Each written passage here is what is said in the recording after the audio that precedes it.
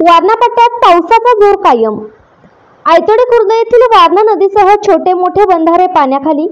आयतोडे खुर्द तालुका वाळवा येथील वारणा नदीच्या पाणी पातळीत वाढ झाली असून आज सकाळी आयतोडे ते चिकुर्डे जाणाऱ्या रोडवर पाणी आले असून शेतात जाण्यासाठी शेतकऱ्यांना कसरत करावी लागत आहे। रोडवर पाणी आल्याने देवर्डे चिकुर्डे गावचा संपर्क तुटला आहे।